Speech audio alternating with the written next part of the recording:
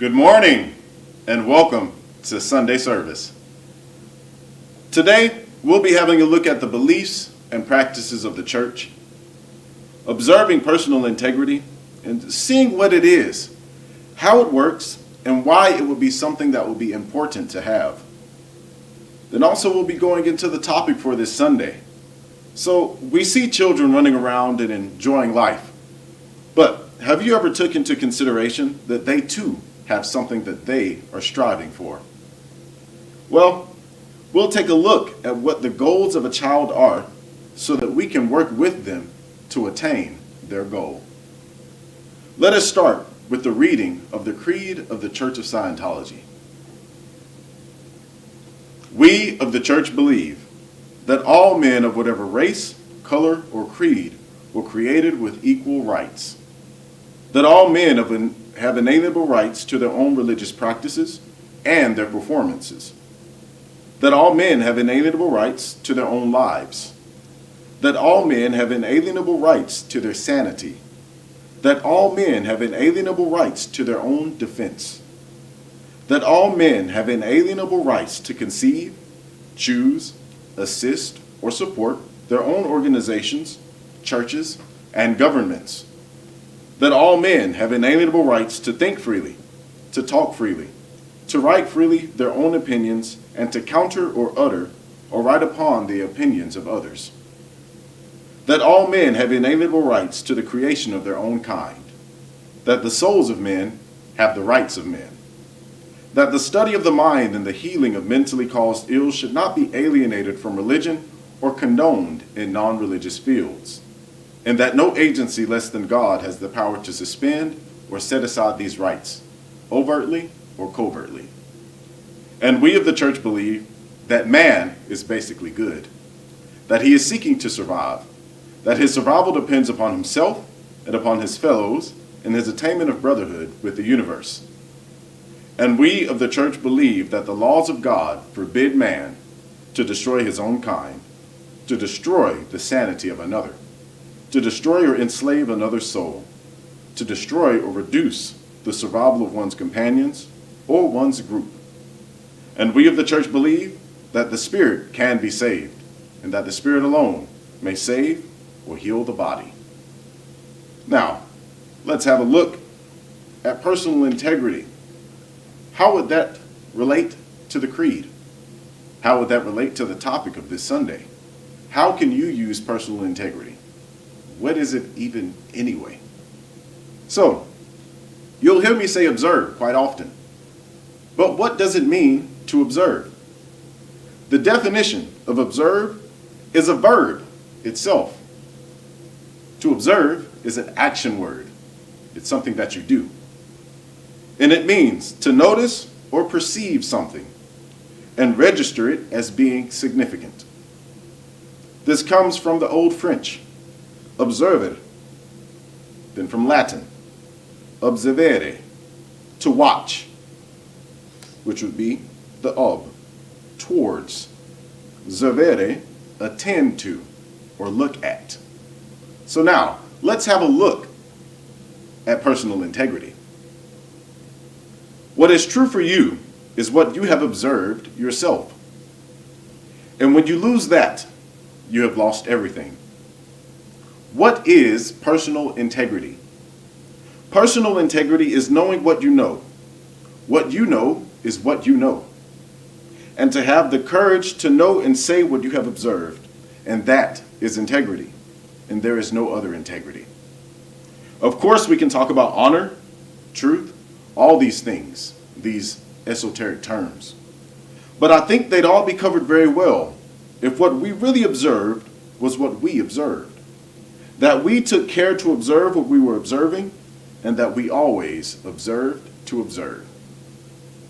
And not necessarily maintaining a skeptical attitude, or a critical attitude, or an open mind, but certainly maintaining sufficient personal integrity and sufficient personal belief and confidence in self and courage that we can observe what we observe and say what we have observed.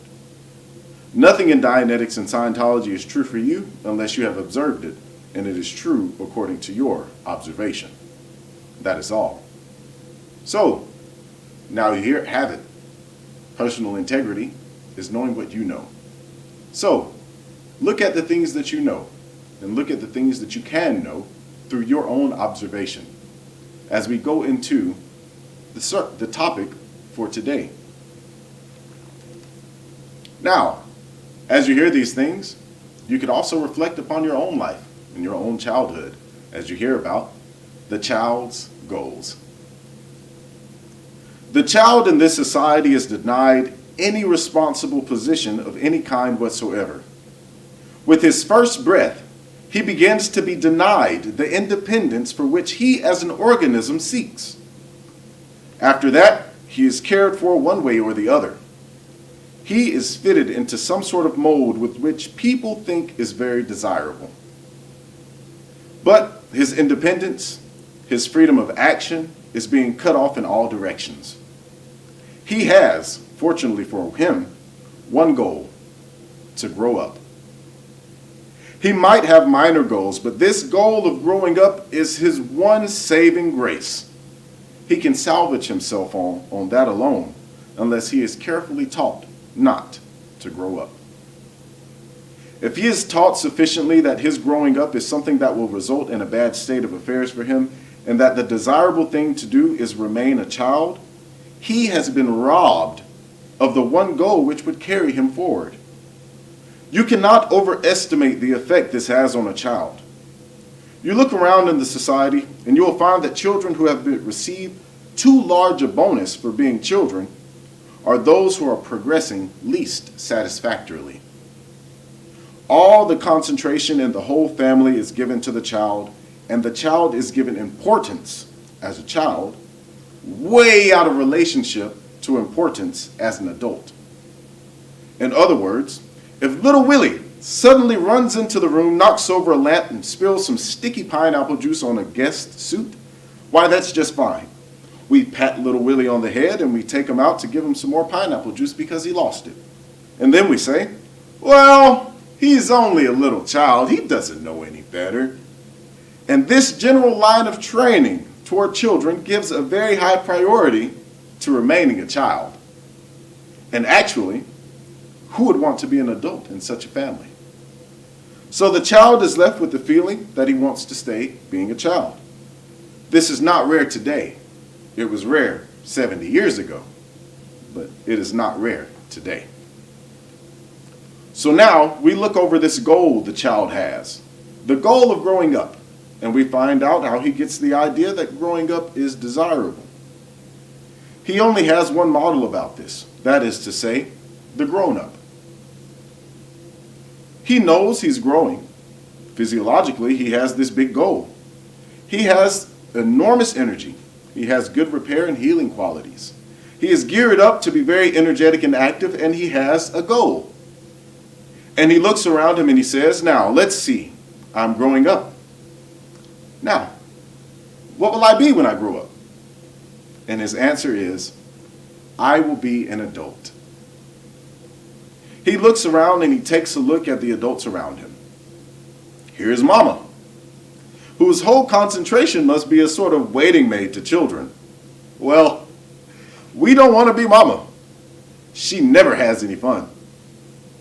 And we look at Papa, and he drags home from work and he snarls and maybe gets a chance to look at the paper and dinner and so forth, and he finally goes to bed and he complains about the kids because they're in his road.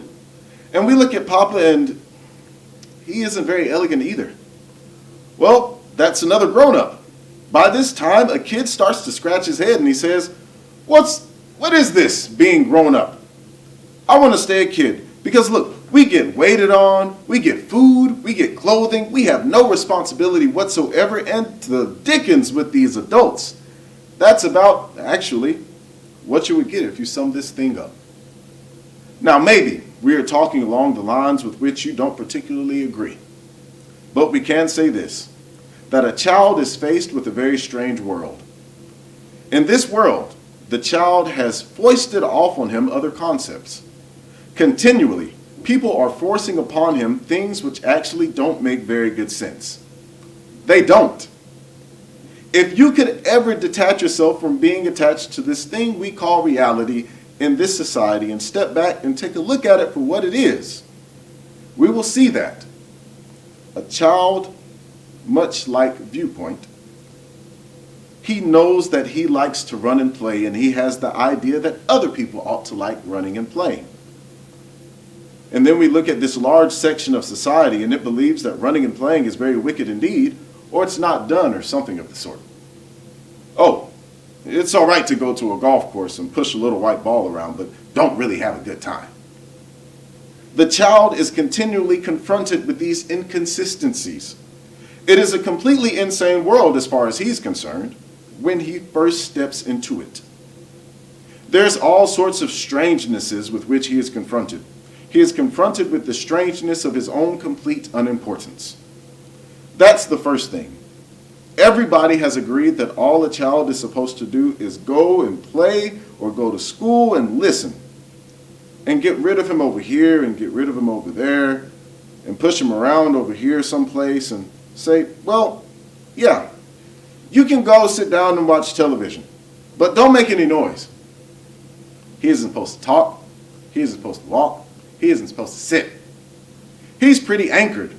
In spite of his own vitality, overcomes it. So, there is this insidious line in the society which teaches the child not to grow up by, 1, teaching him that it pays a high bonus to be a child, and 2, that grown-ups don't have any fun, so why be a grown-up? He's confronted with that on an educational level. And he is also confronted with people who don't like children and who are willing to put off on this child all manner of barbarisms on the excuse that it obtains loyalty and discipline. It is absolutely wonderful to watch children who have not been disciplined. They're actually not bad children. If you want to get a real thorough, bad, wicked kid, you get one that's been really disciplined. They fixed him up. He knows now just exactly what he's supposed to do. And as long as he's got breath in his body, he's be doggoned it if he do it. In other words, you've set up the whole being as a turbulence. If you see some child who is making accidental breakages, odds and ends of disobediences, strange oversights, you can be very well aware of the fact that here is a child that has been pretty badly badgered of some quarter of another. But the child who has never been punished is in pretty good shape. This child will go along for a long time. And regardless of what somebody may say about how neurotic a person must be in order to succeed, I'm afraid, as we look around the world, we find that the preponderance of successful people in this world stem exactly from that sort of a background. All of the native independence, the native desires to grow up and carry on, are left in that child undisturbed. When one talks about a spoiled child, he is talking about something else entirely different. One has to really label and evaluate what is a spoiled child before he can understand the act of spoiling children. The way children are spoiled is to rob them of their independence of action. That is the way a child is spoiled. Not by loving the child, not by giving the child things. These things don't spoil a child. You could give a child an Empire State Building and it would not spoil him. But robbing him of his independence of action will. The first way is the method of preventing him from making his own decisions by inflicting punishment upon him when his decisions lead him into trouble. In other words, no real adjudication. This child makes up his mind he's going to do something and he gets punished. And then there's the other one, where the child is continually informed how nice everybody is to him and how the world is all run for him and how ungrateful he is and so forth. And yet give him everything and then tell him that it's being done for him. In other words, that's another way to rob him of his independence of action, is to sort of buy him off so he doesn't dare act independently. The punishment method will result eventually in a terrific rebellion on the part of the child. He has nothing to compensate for punishment. nagging, and so forth, so he'll just fly in the face of fate and probably very irrationally become a rebel against the whole system. The other method of buying the child, of saying, well, now, here are your new shoes, Johnny. Get that? Your new shoes? I'm going to buy you new shoes, and they are now your new shoes. Johnny says, gee, thanks. I think I'll go play with Roger. And he puts on his new shoes. Oh, no! No, Johnny. Those are your best shoes. You are only to wear those on Sunday. His shoes? Oh, yeah. And next week sometime, but I'm so good to you, Johnny. I'm always buying you everything you want, new shoes and everything else.